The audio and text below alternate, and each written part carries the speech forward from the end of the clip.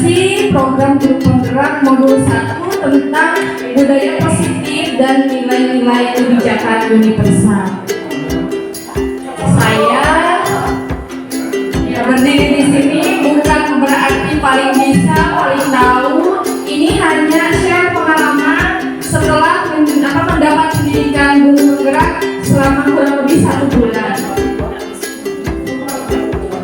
Mohon maaf, tidak bermaksud untuk menggurui atau sok tahu ya Bapak Ibu. Saya juga masih sama-sama belajar karena di grup penggerak ini programnya kurang lebih 6 bulan. Tapi saya baru menjalani 1 bulan dan hanya baru menyelesaikan 1 modul tentang budaya positif dan nilai-nilai kebijakan universal. Langsung saja ke materi yang pertama, budaya. Bapak Ibu tahu apa itu budaya?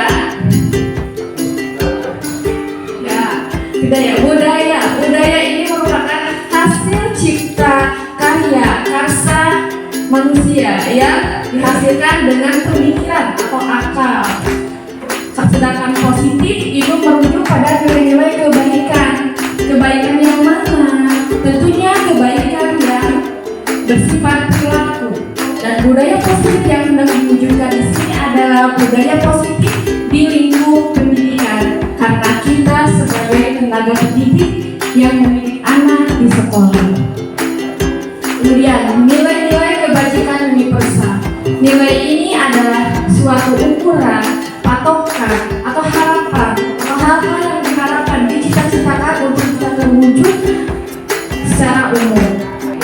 Tujuan kegiatan yang pertama yaitu peserta dapat memahami makna disiplin positif dan mengamati penerapannya di lingkungannya serta kaitan teori kontrol dengan 3 motivasi perilaku manusia. Yang kedua, peserta dapat memilih dan menentukan nilai-nilai kebajikan yang akan diyakini dan disepakati seluruh warga sekolah sehingga kelak tercipta sebuah budaya positif. Alur kegiatannya yang pertama berdoa. Kita sama-sama berdoa ya Bapak Ibu. Semoga kegiatan hari ini mendapatkan kelancaran, juga memberikan ilmu yang bermanfaat bagi kita semua. Ya, berdoa dipersilakan. Ya, berdoa selesai. Yang kedua, niatkan dalam hati.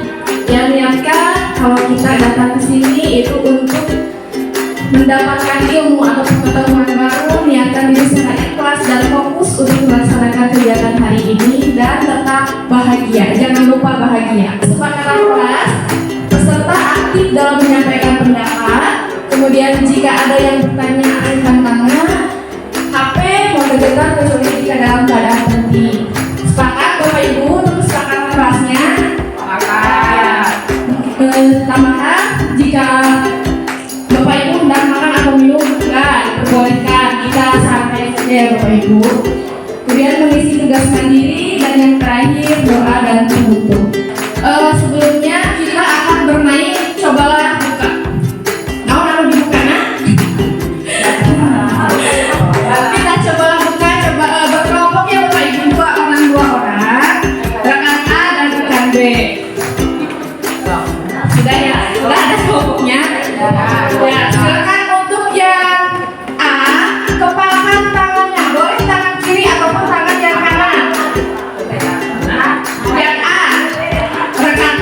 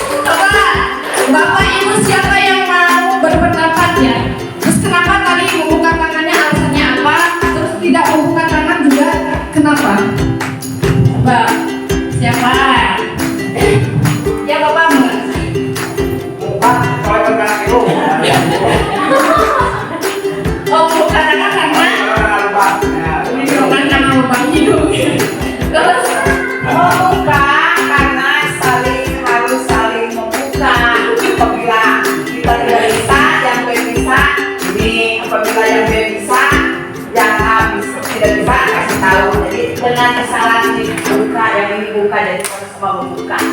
Ya, ada juga yang berhasil tidak membuka. Tidak ya. Kenapa ibu tetap mempertahankan tidak membuka tadi? Iya, karena ada sesuatu yang berharga yang kita pegang di tangan kita ya, Bapak Ibu. Nah, pertanyaan dalam kegiatan ini sesungguhnya siapa yang memegang kendali atau kontrol membuka ataupun menutup? Siapa Ibu? Diri sendiri. Apakah ada yang salah ketika misalnya kita membuka atau kita mempertahankan? Tidak ya Bapak Ibu. Kita boleh mempertahankan karena kita menganggap apa yang kita pegang itu adalah yang paling berharga. Tidak boleh ada yang mengusir. Namun ketika kita membuka, mungkin karena alasan suatu tujuan tertentu, apakah untuk keselamatan misalnya, ataukah karena tujuan kita ingin sesuatu, ya seperti itu. Ya, kembali ke teori kontrol dari Dr. William Fraser. Miskonsepsi tentang makna kontrol. Ya. Selama ini kita beranggapan bahwa seorang guru itu bisa mengontrol murid. Padahal kita tahu dari permainan tadi yang berhak untuk mengontrol diri adalah diri kita sendiri, bukan orang lain. Yang pertama yaitu ilusi guru mengontrol murid. Yang kedua, ilusi bahwa sebuah perbuatan positif, efektif dan bermanfaat. Kita beranggapan bahwa hal-hal yang positif, kita memberikan penghargaan, memberikan perbuatan, itu adalah hal yang efektif untuk mengontrol murid kita. Tapi pada kenyataannya ternyata hal itu hanya ilusi Bapak Ibu. Kemudian yang ketiga, ilusi bahwa kritik dapat dan membuat orang merasa bersalah ini dapat menguatkan karakter. Contoh, kita mengkritik anak, kamu bodoh, kamu tidak bisa. Anak mungkin akan merasa bersalah, tapi itu belum tentu menguatkan karakter anak. Kemungkinan anaknya menjadi malu, kurang percaya diri, dan akhirnya hasil belajar anak juga menurun, bukan justru meningkat.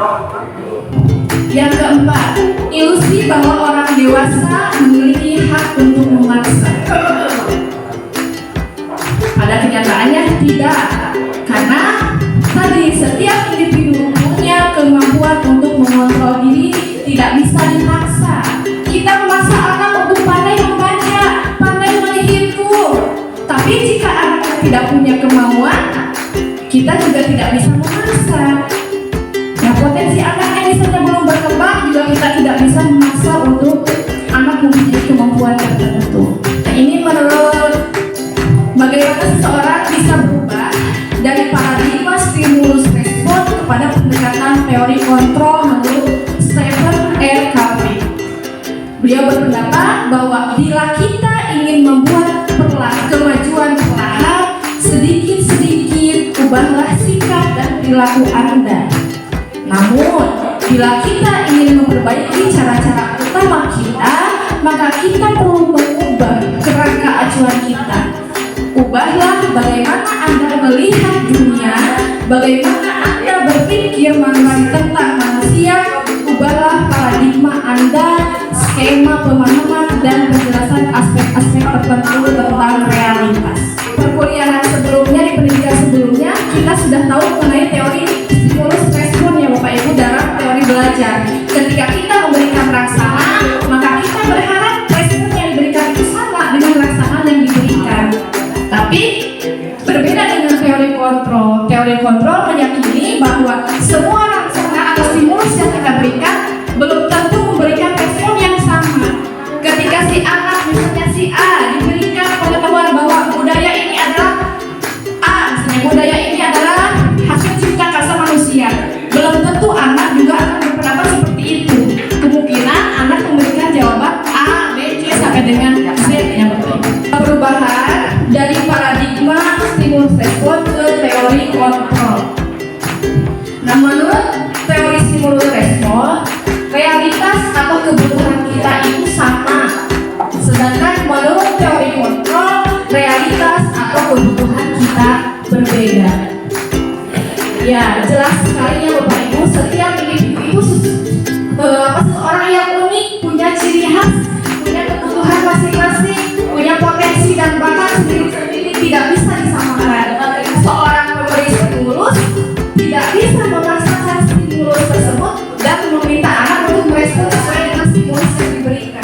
tetapi karena kebutuhannya berbeda. Seperti tadi, ketika kita memberwai seorang buka, ada yang membuka tangannya karena tadi tangannya dicolokkan ke hidung.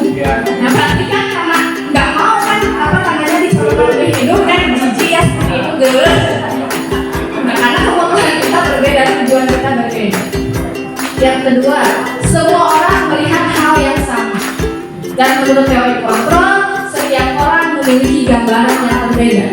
Ketika kita melihat meja saja ya Bapak Ibu, atau taplak meja ini memang taplak, tapi kita bisa lihat dari segi pandang yang berbeda. Ketika misalnya ini apa nak? Oh taplak. Terus ada yang bilang, oh itu warnanya merah, garis-garis. Ya kotak-kotak seperti itu. Jadi tidak bisa satu sudut pandang, tapi harus multi sudut pandang. Yang ketiga, kita mencoba mengubah orang agar berpandangan sama dengan kita.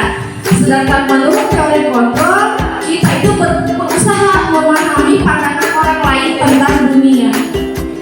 Kita berpandangan A, kita memberikan stimulus A. Tidak bisa kita mengharapkan respon yang sama. Tidak bisa, tapi kita harus berusaha. Oh, ternyata kebutuhannya berbeda. Kemudian pandangan juga berbeda. Seperti itu. Yang keempat, perilaku buruk dilihat sebagai suatu kesalahan. Sedangkan menurut teori kontrol, semua perilaku itu memiliki tujuan. Nah, kalau berdasarkan stimulus respon, ketika seseorang pemberi stimulus memberikan rangsangan, kemudian pemberi respon tidak merasa sesuai dengan stimulus yang diberikan, itu adalah suatu kesalahan. Itu adalah hal yang buruk. Padahal belum tentu, karena semua perilaku itu memiliki tujuan. Kemudian selanjutnya orang lain bisa mengontrol saya. Dan menurut teori kontrol, hanya Anda yang bisa mengontrol diri Anda. Artinya semua kemampuan kontrol itu ada pada diri kita sendiri.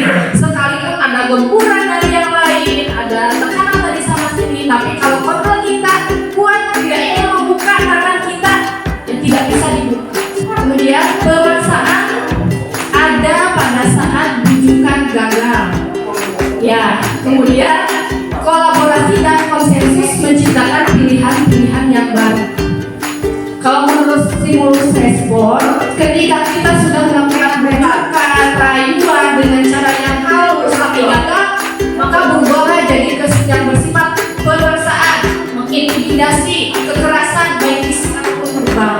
Kemudian yang terakhir, model berpikir menang kalah dan model berpikir menang-menang. Kalau menurut teori stimulus respon, ketika seorang pemberi stimulus kemudian direspon dengan hal yang tidak baik atau hal yang kurang positif, maka si pemberi stimulus itu menganggap dirinya kalah karena respon yang diberikan tidak sesuai dengan apa yang diharapkan. Nah, sedangkan menurut teori kontrol, kita itu berpikir menang-menang.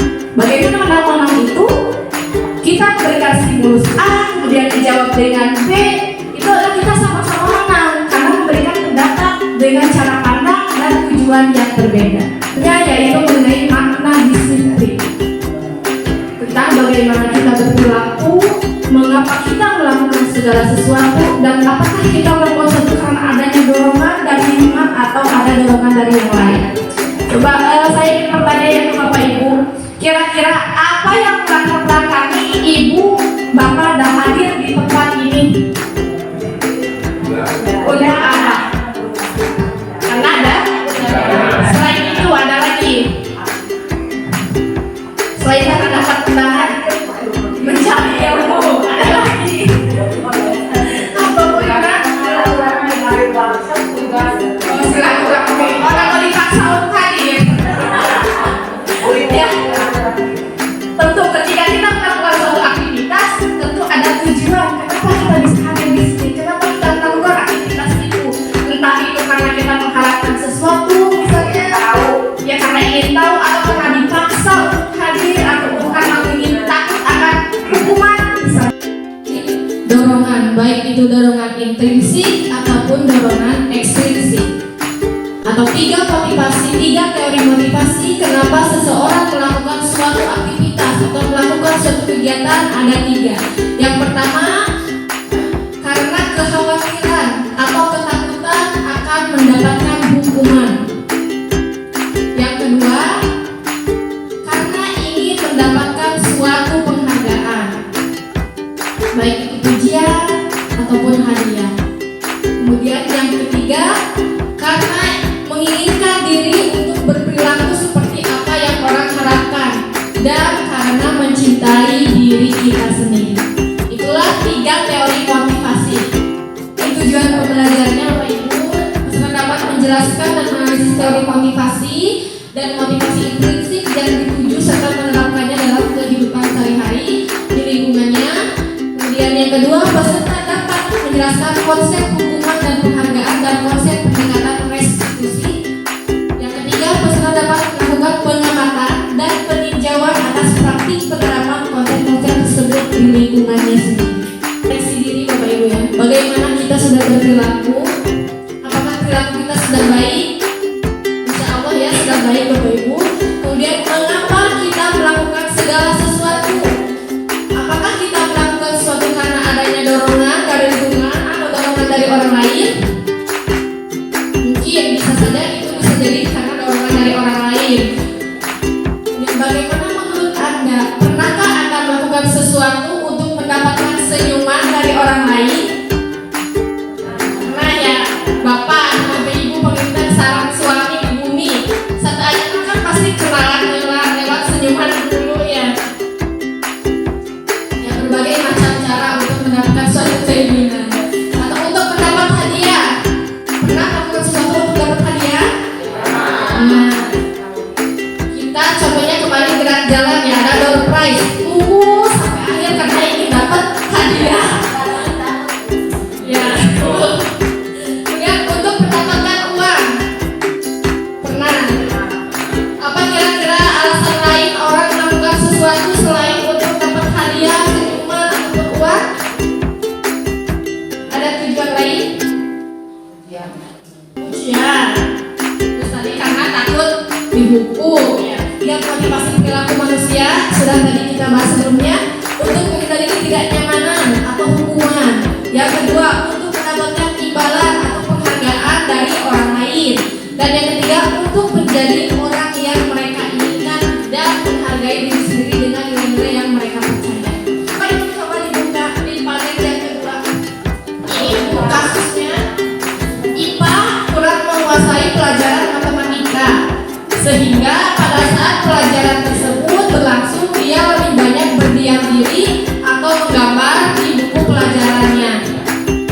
Pada saat guru matematikanya Pak Seno menanyakan pertanyaan, IPA menjadi gugup dan tak sengaja menjatuhkan tasnya dari kursi, serta tiba-tiba menjadi gagap pada saat berupaya menjawab. Seluruh kelas pun tertawa melihat perilaku IPA yang berbicara tergagap dan terkejut tersebut.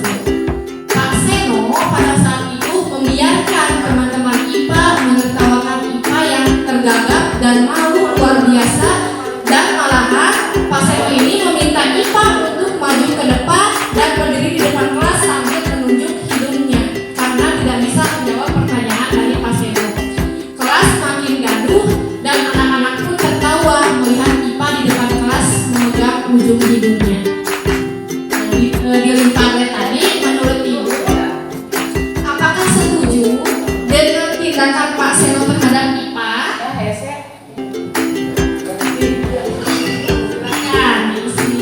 Menurut Anda, tindakan Pak Seno terhadap IPA adalah sebuah hukuman atau konsekuensi?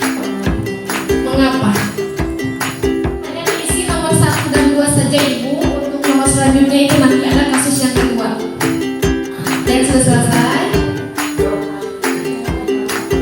Sok mangga anu atos beres kapayun. Assalamualaikum warahmatullahi wabarakatuh. Menurut pendapat saya, rasanya terlalu membiarkan situasi di dalam kelas menjadi gaduh, begitu melihat anak didiknya menjadi minder. Jadi pada dasarnya tidak sesuai dengan nilai-nilai norma Pancasila. Jadi anak pasti lebih down, jadi tidak ada kepercayaan lagi untuk melanjutkan pelajaran di kelas tersebut. Gitu menurut saya. Wassalamualaikum warahmatullahi wabarakatuh. Ya, terima kasih Ibu. Coba berikan aplaus untuk Ibu. Kemudian pertanyaan yang kedua, silakan dari Bapak. Ada yang ingin jawab? Assalamualaikum warahmatullahi wabarakatuh. Untuk pertanyaan yang kedua, ya, tindakan Pak Seno terhadap IPA itu merupakan konsekuensi, ya, bukan hukuman, tetapi konsekuensi untuk memberikan peringatan sekaligus untuk memberikan motivasi kepada siswa tersebut untuk lebih fokus dalam belajar. Terima kasih. Assalamualaikum warahmatullahi wabarakatuh.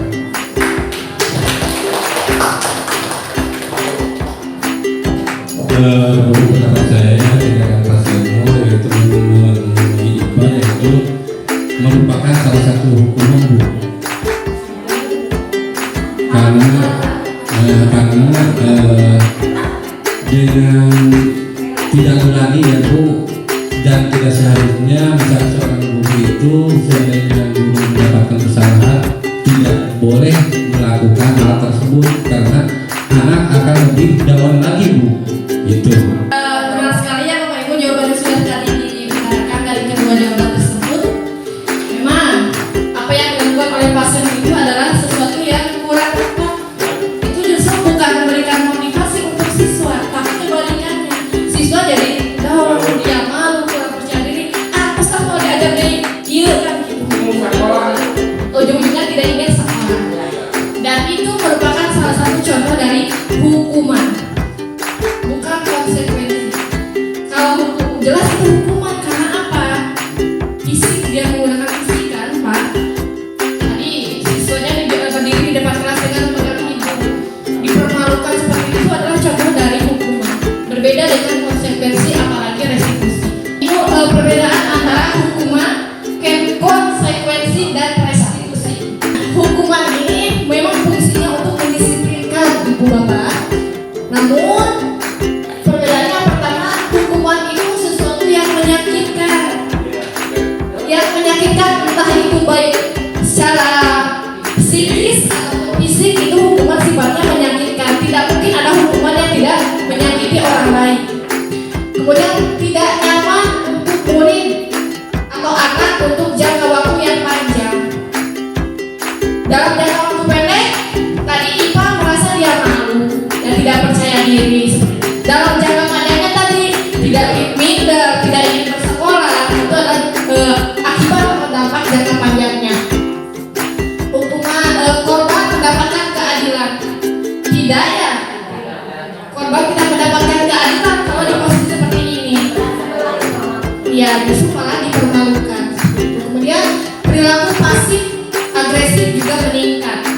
Tadi bukan jadi termotivasi untuk belajar, tapi malah tidak mau belajar, minder seperti itu.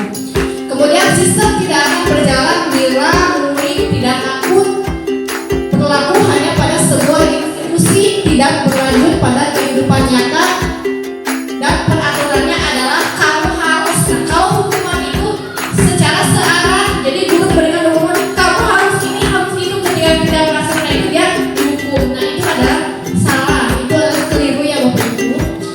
Konsekuensi, kalau konsekuensi itu sesuatu yang harus terjadi, tapi kita melibatkan murid. Contoh misalnya ketika murid tidak mengerjakan PR, lebih baik itu murid diminta untuk mengerjakan kembali atau murid diminta lari keliling lapangan mengerjakan kembali. Itu namanya konsekuensi. Kalau dia lari berarti dia dihukum. Bisa membedakan ya Bapak Ibu.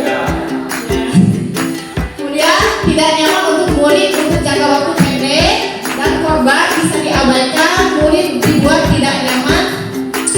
Jadi sudah ya membantu ya. Restitusi, sekarang kita ke restitusi. Kalau restitusi itu merupakan pilihan.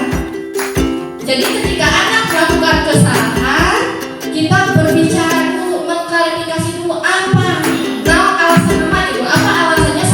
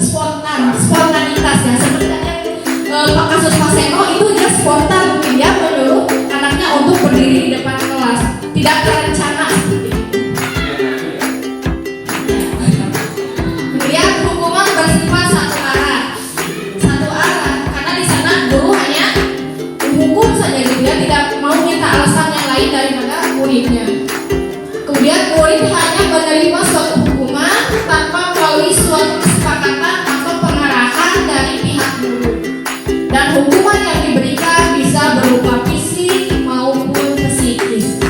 Kalau fisik jelasnya dengan menyakiti, menjewel, mencubit, memukul, fisik. Kalau hukuman psikis itu justru yang lebih menyakitkan lagi, karena apa? Bisa menimbulkan trauma kepada anak. Ya. Anak motivasinya tidak akan termotivasi lagi untuk belajar. Seperti itu. Ini konsekuensi. Konsekuensi ini biasanya sudah terencana dan sudah disepakati. Kemudian sudah dibahas dan disetujui oleh murid dan guru. Misalnya ketika kita membuat suatu kesepakatan dulu bersama murid. Ketika misalnya ada murid yang datang terlambat, misalnya di jam istirahat, maka jam istirahat kamu akan berkurang karena sudah terlambat masuk. Itu adalah konsekuensi. Jadi karena tadi kan mundurnya 15 menit, jadi ditambah lagi waktunya 15 menit. Itu adalah konsekuensi. Tetap dibuat tidak nyaman untuk jangka waktu yang pendek. Dan konsekuensi biasanya diberikan berdasarkan suatu data yang umumnya dapat diukur. Ini tugas bersamanya kita analisis bersama-sama. Apakah ini masuknya ke hukuman atau ke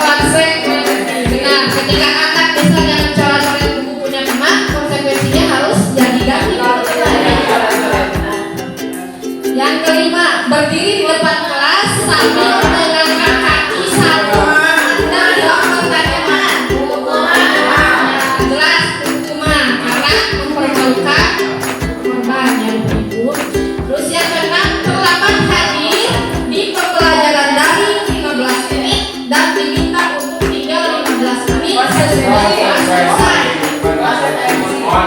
untuk membahas ketinggalan pembelajaran. Konsekuensi.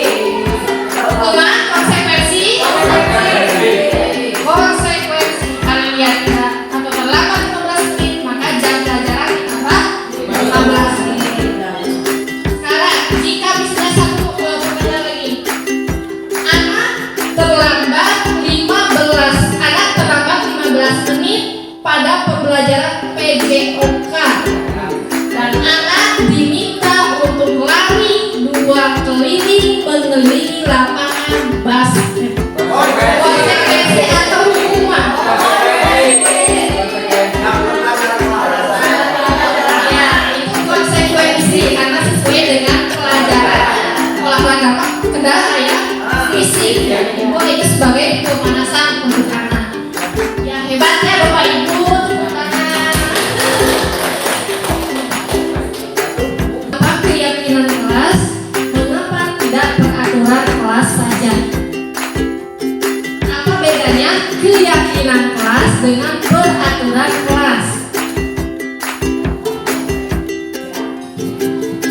Beda dari kakaknya sudah beda ya, yang lima keyakinan dengan peraturan. Peraturan itu ada untuk pelanggan. Kalau keyakinan kelas ada untuk kesadaran diri sendiri. Nah, sekarang ada pertanyaan. Mengapa kita memiliki peraturan tentang penggunaan helm pada saat mengendarai kendaraan dan dua atau motor?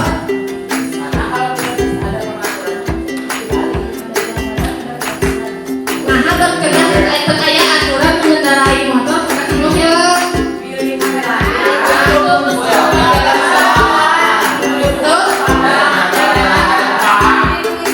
Demi diri ya, keselamatan. Yang kedua, mengapa kita memiliki peraturan tentang penggunaan masker dan mencuci tangan setiap saat?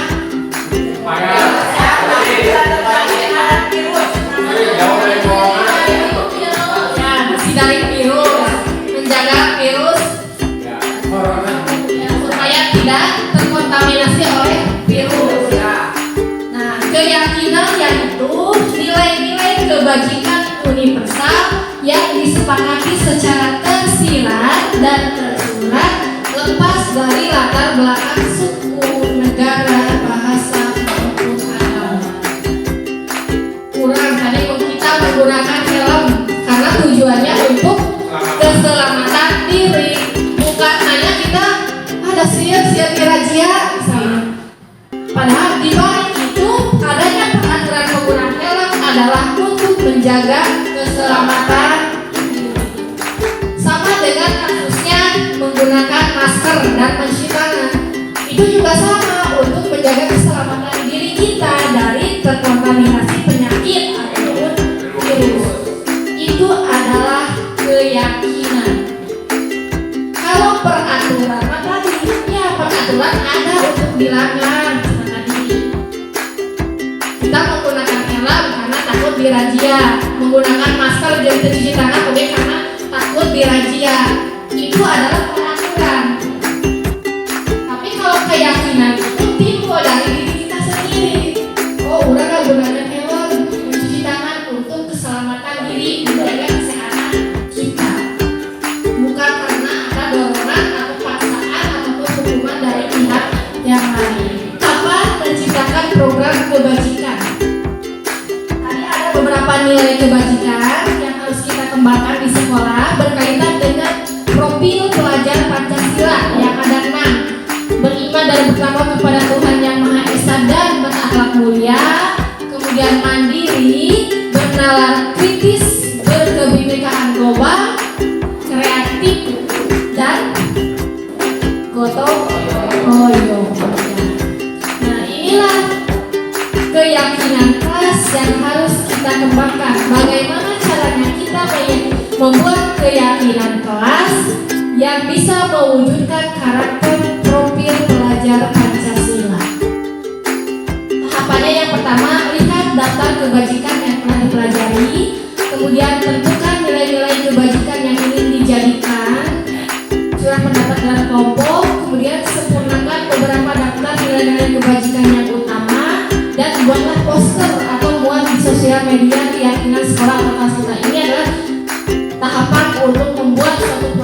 kebajikan atau keyakinan kelas. Bagaimana menciptakan keyakinan kelas?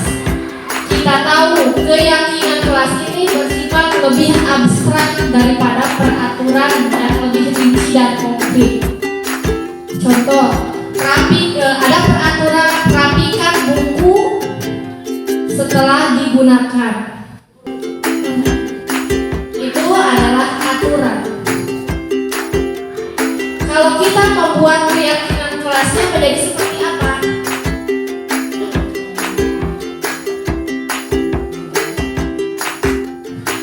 Contohnya, lingkungan yang rapi akan membuat nyaman. Itu keyakinan kelas. Memang keyakinan kelas ini lebih abstrak dibandingkan dengan peraturan.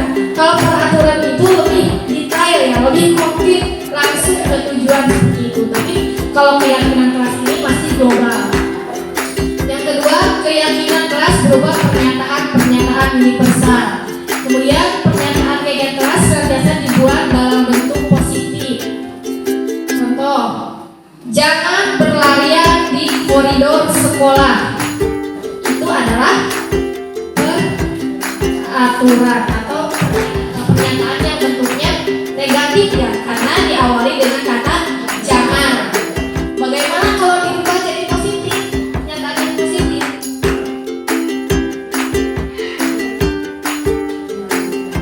Ya, kalimatnya diganti menjadi hati-hati, bisa apa lagi? Tadi kalimat negatifnya jangan berlari di koridor sekolah. Kalau diganti jadi positif, dilarang, itu juga masih negatif. Larang. Apa sebaiknya? Berjalanlah di koridor sekolah. Langsung ke ininya. Kan diminta jangan berlari, tapi ubah berjalanlah di koridor sekolah. Untuk menjadi pernyataan yang positif. Kemudian keyakinan kelas sebenarnya tidak terlalu banyak sehingga mudah diingat dan dipahami oleh semua warga kelas. Kelima, keyakinan kelas sebaiknya sesuatu yang dapat diterapkan di lingkungan tersebut. Semua warga kelas hendaknya ikut berkontribusi dalam pembuatan keyakinan kelas lewat kegiatan curah pendapat dan bersedia meninjau kembali keyakinan kelas dari waktu ke waktu. Perbedaan antara peraturan kelas dengan keyakinan kelas. Yang pertama, kebalikan barang ke tempatnya. Ketika dirubah menjadi keyakinan kelas, di sini ada nilai kebajikan yang ingin dikembangkan, yaitu saling menghormati. Apa kaitannya dengan mengembalikan barang ke tempatnya dengan saling menghormati? Ada yang mau menjawab? Kembalikan barang ke tempatnya itu menjadi saling menghormati. Kenapa? Kita, setiap anak atau setiap manusia punya hak untuk mendapatkan lingkungan yang rapi, bersih, nyaman. Ketika kita mengembalikan barang ke tempatnya, maka kita sudah menghargai hak orang lain untuk mendapatkan lingkungan yang rapi. Kemudian dilarang mengganggu orang lain, itu masuk ke bertanggung jawab. Hadir di sekolah 15 menit sebelum pembelajaran dimulai, itu adalah komitmen, perjanjian, kesepakatan. Dan dilarang melakukan kekerasan, itu masuk ke keselamatan. Kemudian dilarang menggunakan narkoba. Ya, nilai kebijakan yang dikembangkan adalah tentang kesehatan bergantian atau menunggu giliran, keamanan. Kemudian dilarang merokok, kesehatan. Nah, keyakinan kelas itu bentuknya masih global, saling menghormati, bertanggung jawab, komitmen, kesehatan, keselamatan, keamanan. Ini adalah nilai kebijakan kebajikan universal dalam keyakinan kelas. Ini adalah prosedur pembuatan keyakinan kelas atau sekolah. Yang pertama, bercurah pendapat tentang peraturan yang perlu disepakati dengan warga sekolah, mencatat semua masukan para murid dan atau warga sekolah di papan tulis. Carilah kalimat-kalimat dalam bentuk negatif menjadi positif. Misal, jangan berlari di kelas atau koridor. Kalimat positif jadi berjalanlah di kelas atau koridor. Tinjau kembali daftar pendapat yang sudah dicatat. Kemudian tinjau ulang keyakinan sekolah atau kelas secara bersama-sama. Semua warga kelas dipersilakan meninjau ulang dan menyetujuinya dengan menandatangani, serta keyakinan sekolah selanjutnya bisa dilakukan di dinding kelas. Nah, ini adalah contoh keyakinan kelas. Contoh keyakinan kelas 1 di kelas rendah. Contohnya, setiap anggota kelas perlu belajar. Itu adalah keyakinan kelasnya. Kemudian, setiap anggota kelas perlu senang. Setiap anggota kelas perlu melakukan tugas. Setiap anggota kelas perlu saling menghargai. Dan setiap anggota kelas perlu merasa aman. Jadi tidak detail langsung ke aturan, tapi lebih kompleks lagi, lebih global ya dibandingkan dengan peraturan. Jadi keyakinan kelas ini perlu dibangun Bapak Ibu. Memang tidak semudah membalikan telapak tangan, tapi kita bisa mulai dengan salah satu saja. Misalnya setiap anggota kelas perlu belajar, itu saja dulu. Contoh keyakinan kelas 5 dan keyakinan kelas 7. Nanti ada tugas diskusi bersama. Sedia 2 butir keyakinan kelas. Ini 5 kebutuhan dasar manusia.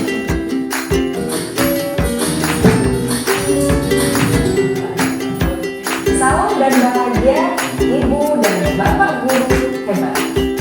Untuk membangun budaya sekolah yang positif dengan lingkungan yang aman dan mendukung murid untuk menjadi pribadi yang berdaya, seimbang, dan bahagia, salah satu upaya yang dapat dilakukan oleh guru adalah memahami kebutuhan dasar yang mendasari perilaku murid. Pada video kali ini, kita akan membahas tentang 5 kebutuhan dasar manusia.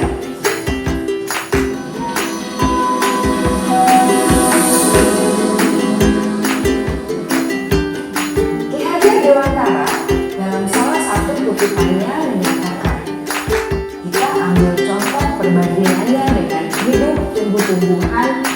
Seorang petani dalam hakikatnya sama kewajibannya dengan seorang pendidik yang menanam padi misalnya. Hanya dapat menuntun tumbuhnya padi. Ia dapat memperbaiki kondisi tanah, memelihara tanaman padi, memberi pupuk dan air, membasmi ulat-ulat atau jamur-jamur yang mengganggu hidup tanaman padi, dan lain sebagainya. Ketika guru memahami kebutuhan apa yang mendasari perilaku murid, guru berusaha menuntun dan mendukung murid dalam memenuhi kebutuhannya secara positif. Pada hakikatnya, guru tersebut ibarat seorang petani yang sedang berusaha memahami kebutuhan masing-masing tanaman, dan ia berusaha memenuhi kebutuhan tanaman tersebut.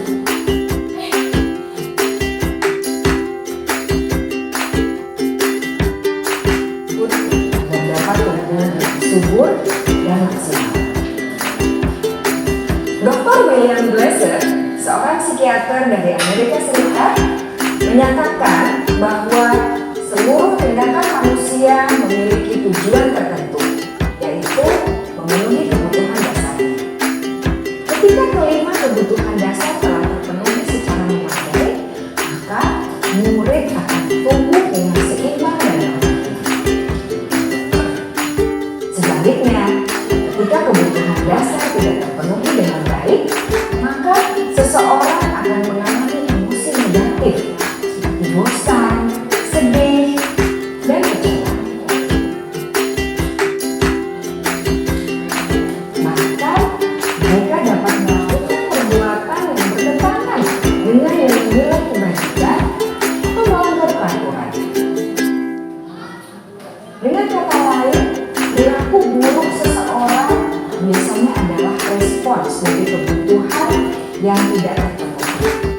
Namun, mereka tidak tahu cara untuk menyampaikannya. Ada 5 kebutuhan dasar manusia yaitu yang pertama, kebutuhan untuk bertahan hidup atau survival. Yang kedua, kebutuhan untuk merasa diterima atau love and belonging. Yang ketiga, kebutuhan akan kebebasan atau freedom. Yang keempat, kebutuhan akan kesenangan atau fun. Dan yang kelima, kebutuhan akan penguasaan atau power. Berdasarkan video tadi, ada 5 kebutuhan dasar pada manusia. Yang pertama, kebutuhan bertahan hidup atau survival. Kemudian kebutuhan akan kasih sayang dan rasa diterima, penguasaan atau kebutuhan pengakuan atas kemampuan. Kemudian kebutuhan akan kebebasan, bebas untuk menentukan pilihan. Dan yang terakhir, kebutuhan akan kesenangan atau fun, dimana kebutuhan untuk kita merasa senang, membahagiakan diri kita sendiri. Kebutuhan dasar ini bersifat lebih umum dan universal, sedangkan dunia berkualitas ini lebih unik dan personal. Nah, ini kita langsung ke tugas mandiri ya Bapak Ibu. Ya, pertanyaan yang pertama, ceritakan bagian perjalanan hidup Anda di mana Anda merasa itulah titik puncak hidup Anda. Kemudian yang kedua, siapakah orang-orang yang paling penting dalam hidup Anda? Kemudian nilai-nilai kebajikan apa yang terpenting dalam hidup Anda? Yang keempat, kalau Anda menjadi orang yang ideal, karakter atau sifat apa yang Anda paling inginkan ada pada diri Anda? Yang kelima, apa pencapaian Anda yang sangat membanggakan?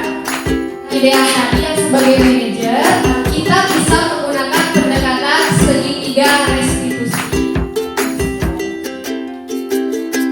Nah, ini di tiga sisi segitiga restitusi ini dibuat oleh Dian Gosler dalam bukunya Restitution, Restructuring School Discipline tahun 2001, telah merancang sebuah tahapan untuk menggunakan para guru dan orang tua dalam melakukan proses untuk menyiapkan anaknya melakukan restitusi yang bernama segitiga restitusi atau restitution triangle.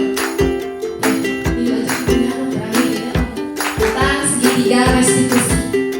Dalam penerapan segitiga restitusi ini ada 3 tahapan.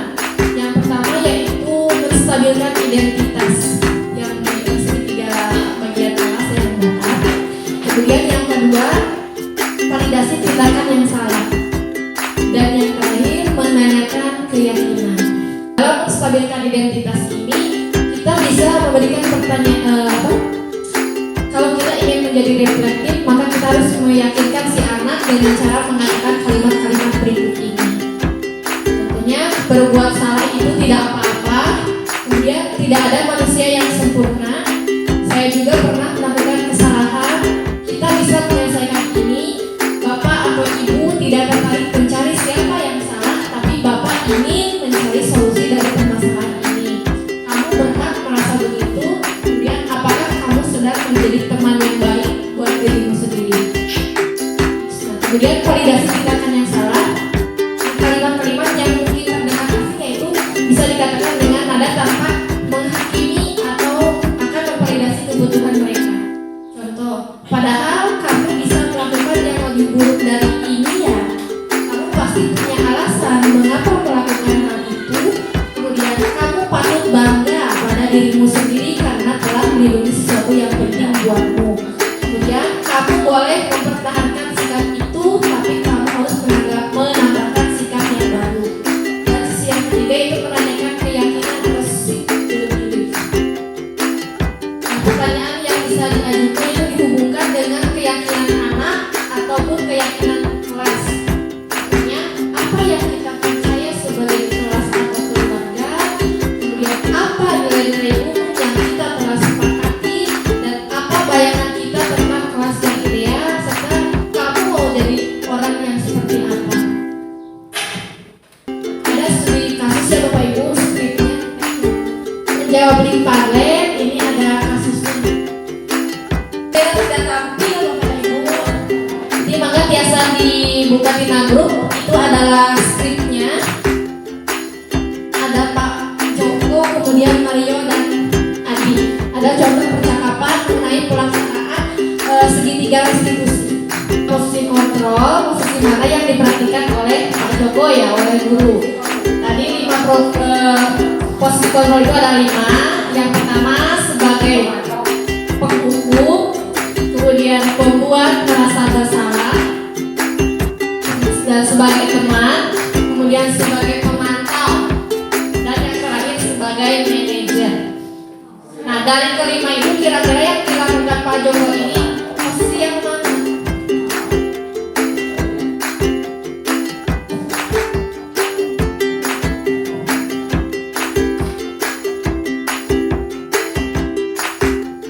Posisi manajer.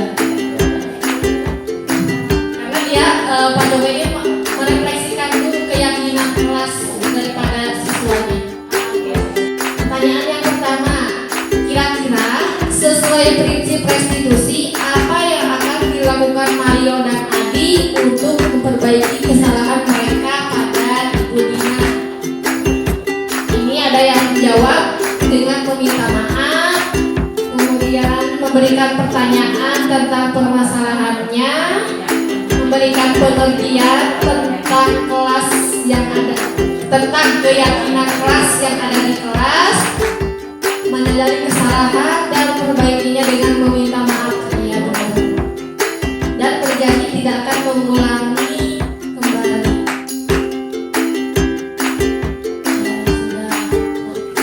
Kemudian apa yang dikatakan guru dalam tahap menstabilkan identitas atau validasi tindakan dan mencari keyakinan. Dalam tahap menstabilkan identitas